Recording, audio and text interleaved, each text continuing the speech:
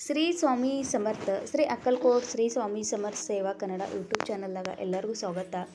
ಶ್ರೀ ಸ್ವಾಮಿ ಸಮರ್ಥವರ ಕೃಪೆಯಿಂದ ಇವತ್ತಿನ ನಿಮ್ಮ ದಿನ ಆನಂದದಿಂದ ಸ್ವಾಮಿ ಸೇವೆ ಜೊತೆಗೆ ಮತ್ತು ಸ್ವಾಮಿ ಸಮರ್ಥವರ ಸೇವಾ ಮತ್ತು ಸ್ವಾಮಿ ಸೇವೆ ಸಮರ್ಥವರ ಸೇವಾ ಪ್ರಸಾರ ಜೊತೆಗೆ ಕಳೀಲಿ ಅನ್ಕೋತೆ ಇವತ್ತಿನ ಒಂದು ಸ್ವಾಮಿ ಸೇವೆದ ವಿಡಿಯೋವನ್ನು ಸ್ಟಾರ್ಟ್ ಮಾಡ್ತಾ ನಾನು ಎಲ್ಲ ನನ್ನ ಸ್ವಾಮಿ ಭಕ್ತರಿಗೆ ಮೊದಲನೇಯಾಗಿ ಶ್ರೀ ಸ್ವಾಮಿ ಸಮರ್ಥ.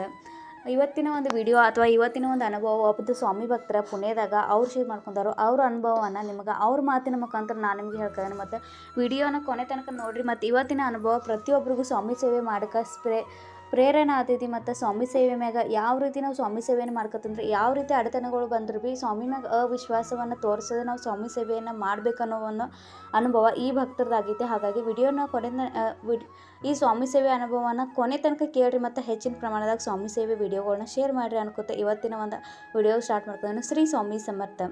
ಶ್ರೀ ಸ್ವಾಮಿ ಸಮರ್ಥ. ನನ್ನ ಹೆಸರು ಸೀಮಾ ಬಾಲೇರಾವ್ ಅಂತ ಹೇಳಿ. ನನಗೀಗ ನಾವು ಪುಣೆದಾಗಿರೋದ. ನನಗೀಗ ವಯಸ್ಸು 62 ವರ್ಷ. ಆದರೂ ಈಗ ನಾ ಸದ್ಯದಾಗ 2 ವರ್ಷದಿಂದ ಸ್ವಾಮಿ ಸೇವೆದಾಗ ಬಂದೆನು. ನನ್ನ ಮಗಳ ಮುಖಾಂತರ ಅಥವಾ ನನ್ನ ಮಗಳದಿಂದ ನನಗೆ ಈ ಸ್ವಾಮಿ ಸೇವೆದ ಪರಿಚಯ ಆಗೈತಿ. ಅವಳು ಮಾಡೋ ಸೇವೆ, ಅವಳ ಗೆಳತರಿಂದ ಅವಳಿಗಾದ ಪರಿಚಯ ಸ್ವಾಮಿ ಸೇವೆ ಇವತ್ತು ನನ್ನ ಜೀವನದಾಗ ನನ್ನ ಜೀವನಕ್ಕೆ ಅಥವಾ ಒಂದು ಆಧಾರ ನಮ್ಗೆ ಮರುಜನ್ಮ ಸಿಕ್ಕಿದೆ ಈ ಸ್ವಾಮಿ ಸೇವೆದಿಂದ. ಹಾಗಾಗಿ ನನಗೆ ವಯಸ್ಸು 26 ಇದ್ದಾಗಿಂದನ ನನಗೆ ಆ್ಯಸಿಡಿಟಿ ಮತ್ತು ಶುಗರ್ ಸಂಧಿವಾತದ ಒಂದು ಪ್ರಾಬ್ಲಮ್ ಇತ್ತು. ಹಾಗಾಗಿ ನನಗೆ ಎಷ್ಟೇ ಔಷಧಿ ಎಷ್ಟೇ ಉಪಚಾರಗಳು ಮಾಡಿದ್ರು ಯಾವುದೇ ರೀತಿ ಒಂದು ಸಂಪೂರ್ಣವಾಗಿ ಗುಣಮುಖ ಅಥವಾ ಆರೋಗ್ಯವಾಗಿ ಗುಣಮುಖ ಆಗಲತ್ತೀನಿ. ಹಾಗಾಗಿ ನಾನು ಸ್ವಾಮಿ ಸಮರ್ಥವರ ಸೇವೆದಾಗ ಬಂದಾಗಿಂದ ಪ್ರತಿನಿತ್ಯ ಸ್ವಾಮಿ ಸಮರ್ಥವ್ರ ನಿತ್ಯ ಸೇವೆಯನ್ನು ಮಾಡ್ತೀನಿ. ಆಮೇಲೆ ಒಂದು ಸ್ವಲ್ಪ ಎಲ್ಲೋ ಒಂದು ನನ್ನ ಹೆಲ್ತ್ದಾಗ ಒಂದು ಸ್ವಲ್ಪ ರಿಕವರ್ ಆಕತೈತಿ ಅನ್ನೋ ಒಂದು ಚೇಂಜಸ್ ಕಾಣ್ತಾವೆ. ಅವಾಗ ನಾನು ಸ್ವಾಮಿ ಸಮರ್ಥವ್ರ ಕೇಂದ್ರದಾಗ ನಾನು ಏನು ಸಮಸ್ಯೆ ಇರ್ತಾವಲ್ಲ ಅಲ್ಲೆಲ್ಲ ಹೇಳಿ ನಾನು ಸ್ವಾಮಿ ಸಮರ್ಥವ್ರ ಕೇಂದ್ರದಾಗ ಆರೋಗ್ಯ ಸೇವೆಯನ್ನು ತೊಗೋತೇನೆ. ಆರೋಗ್ಯ ಸೇವೆ ಏನಿರ್ತೈತಿಲ್ಲ ಇದು 21 ದಿವಸದ ಇರ್ತೈತಿ. ಆವಾಗ ಸ್ವಾಮಿ ಸಮರ್ಥವ್ರ ಕೇಂದ್ರದಾಗ ತಾರಕ ಮಂತ್ರ, ಧೂಮಾವತಿ ತೀರ್ಥ ಅನೇಕ ಒಂದು ಸೇವೆಗಳನ್ನ ಕೊಡ್ತಾರೆ. ನನಗೆ ಯಾವ ರೀತಿ ಆಗ್ತೈತಿಲ್ಲ ಆ ರೀತಿ ಆ ಸೇವೆಗಳನ್ನ ನಾನು ಮಾಡ್ತೇನೆ. 21 ಸೇವೆಯನ್ನು ಮಾಡ್ತೇನೆ.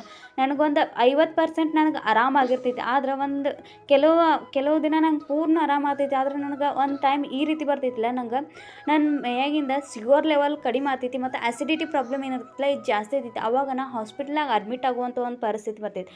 ಅಡ್ಮಿಟ್ ಆತೇನೆ. ಅಡ್ಮಿಟ್ ಆಗಿ ನಂಗೆ ಪೂರ್ಣ ಆರಾಮಾಗಿ ಮತ್ತು ನಾನು ಹೊಳ್ಳಿ ಮನೆಗೆ ಬರ್ತೇನೆ. ಅಷ್ಟಾದ್ರೂ ನಾನು ಸ್ವಾಮಿ ಮ್ಯಾಗ ವಿಶ್ವಾಸವನ್ನು ಬಿಡೋದಿಲ್ಲ ಅಥವಾ ಸ್ವಾಮಿ ಸೇವೆ ಮ್ಯಾಗ ಯಾವುದೇ ರೀತಿ ಅವಿಶ್ವಾಸವನ್ನು ತೋರಿಸಿದೆ. ನಂಗೆ ಎಲ್ಲೋ ಒಂದು ವಿಶ್ವಾಸ ಇತ್ತು ಸ್ವಾಮಿ ಮಹಾರಾಜರು ನನ್ನ ಕೈ ಹಿಡಿತಾರೋ, ನಾನು ಈ ಪರೀಕ್ಷೆ ಟೈಮ್ ಐತೆ ಅನ್ನೋದು. ಅವಾಗ ನಾನು ಸ್ವಾಮಿ ಸಮರ್ಥವರ ನನ್ನ ಸೇವೆ ಅಥವಾ ನಂಗೆ ಅದು ಆರೋಗ್ಯ ಸೇವೆ ಏನು ಕೊಟ್ಟಿರ್ತಿಲ್ಲ ಅದನ್ನು ಸಂಪೂರ್ಣ ಮಾಡ್ತೇನೆ. ಅದ್ರ ಜೊತೆಗೆ ಸಂಕ್ಷಿಪ್ತ ಗುರುಚರಿತ್ರೆ 108 ಪಾರಾಯಣವನ್ನು ಮಾಡ್ತಾನೆ. ಅದಾದ ಕೂಡಲೇ ನಂಗೆ ಅಷ್ಟಾದ ಕೂಡಲೇ ಮತ್ತು ಆರಾಮ ಆಗ್ತೈತಿ. ಆರಾಮ ಅಂದರೆ ಯಾವ ರೀತಿ ಅಂದರೆ ಒಂದು ದಿವಸ ಆರಾಮಿರೋದ 2 ದಿವಸ ಒಂದು ಸ್ವಲ್ಪ ಆರೋಗ್ಯದಾಗ ಏರುಪೇರಾಗೋದು ಇದೇ ರೀತಿ ನಡಿತೈತಿ. ಒಂದು ಟೈಮ್ ಈ ರೀತಿ ಬರ್ತೈತಿಲ್ಲ ನನಗೆ ಪೂರ್ಣ ನನ್ನ ಸಾವು ಬಂದಿರ್ತೈತಿ ಅಂದ್ರೆ ನಾ ಯಾರನ್ನೂ ಗುರ್ತಿಡುವಂಥ ಪರಿಸ್ಥಿತಿಗೆ ಇರೋಲ್ಲ ಅಥವಾ ನಾನು ಯಾರು ಕಣ್ಣು ತರೋದು ನೋಡುವಂಥ ಪರಿಸ್ಥಿತಿಗೆ ಇರೋಲ್ಲ. ಆವಾಗ ನನ್ನ ಮಗಳು ಏನಿರ್ತಲ್ಲ ನಾನು ಎದೆ ಮೇಲೆ ಕೈ ಇಟ್ಟ ತಾರಕ ಮಂತ್ರವನ್ನು ಅರ್ತಾಳೆ. ತಾರಕ ಮಂತ್ರವನ್ನು 11 ಸಲ ತಾರಕ ಮಂತ್ರ ಅಂದ ಕೂಡಲೇ ನನಗೆ ಅಂದ್ರೆ ನನಗೊಂದು ರೀತಿ ಶುದ್ಧಿ ಅಥವಾ ನಾ ಯಾವ ರೀತಿ ಅಶುದ್ಧಿ ನಂಗೆ ಶುದ್ಧಿ ಇರೋಲ್ಲ. ನನಗೆ ಏನು ಮಾತಾಡ್ಕೋದಾರೋ ನಾ ಏನು ಮಾಡ್ಕೋನೋ ಒಂದು ರೀತಿ ನಿದ್ರಾ ಅವಸ್ಥೆದಾಗ ಇರ್ತೇನೆ.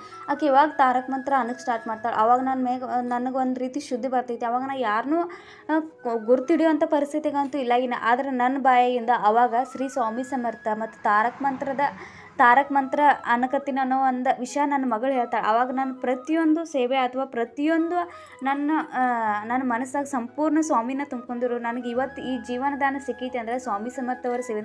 ಅವತ್ತು ನನ್ನ ಸಾವು ಬಂದಿತ್ತು ನಿಜ, ಆದರೆ ಸ್ವಾಮಿ ಸಮರ್ಥವರ ಸೇವೆಯಿಂದ ಇವತ್ತು ನಾನು ನಿಮ್ಮ ಜೊತೆ ನನ್ನ ಅನುಭವವನ್ನು ಶೇರ್ ಮಾಡ್ಕೋಕೋದನು. ಮತ್ತು ನನಗೊಂದು ಆಸೆ ಇದು ನೋಡಿ, ನಾನು ಸ್ವಾಮಿ ಸಮರ್ಥವರ ಕೇಂದ್ರದಾಗ ಹೋಗಿ ನನ್ನ ಸೇವೆ ಏನಿದಾವಲ್ಲ ಅಥವಾ ನನಗೆ ಇನ್ನೂ ಹೆಚ್ಚಿನ ಪ್ರಮಾಣದ ಸೇವೆ ಮಾಡೋದೈತಿ ಅದನ್ನೆಲ್ಲ ಸ್ವಾಮಿ ಮಹಾರಾಜರು ನನ್ನ ಕಡೆಯಿಂದ ಪೂರ್ಣ ಮಾಡಿಸ್ಕೋತಾರೆ ಅನ್ನೋ ಒಂದು ನಂಬಿಕೆ ಐತಿ. ಮತ್ತು ನನಗೆ ಇವು ಏನು ಆರೋಗ್ಯದ ಸಮಸ್ಯೆ ಇದಾವಲ್ಲ ಇದು ಒಂದಿಲ್ಲ ಒಂದು ದಿವಸ ನನಗೆ ಸಂಪೂರ್ಣವಾಗಿ ಗುಣಮುಖ ಆಗ್ತವೆ. ಮತ್ತು ಸ್ವಾಮಿ ಮಹಾರಾಜರು ಇದನ್ನೆಲ್ಲ ಈ ಆರೋಗ್ಯದ ಸಮಸ್ಯೆಗಳು ಇದಾವಲ್ಲ ಇದನ್ನೆಲ್ಲ ನನ್ನಿಂದ ಇದನ್ನು ದೂರ ಮಾಡ್ತಾರೋ ಒಂದು ವಿಶ್ವಾಸ ಐತಿ. ಹಾಗಾಗಿ ಸ್ವಾಮಿ ಸಮರ್ಥವರ ಸೇವೆಯನ್ನು ನಾನು ಅತ್ಯಂತ ವಿಶ್ವಾಸದಿಂದ ಮಾಡ್ಕೊಂಡಾನೆ. ಮತ್ತು ನನಗೆ ಇವತ್ತು ನಾನು ನಿಮ್ಮ ಜೊತೆ ಶೇರ್ ಮಾಡ್ಕೊಂಡಾನೆ ಅಥವಾ ಈ ಅನುಭವ ನಿಮ್ಮ ಮುಂದೆ ಹೇಳೋಕೆ ಜೀವಂತ ಇದೇನಂದ್ರೆ ಸ್ವಾಮಿ ಮಹಾರಾಜರು ನನಗೆ ನೀಡಿದಂಥ ಒಂದು ಜೀವನದಾನ ಆಗಿತ್ತು ನೋಡಿ.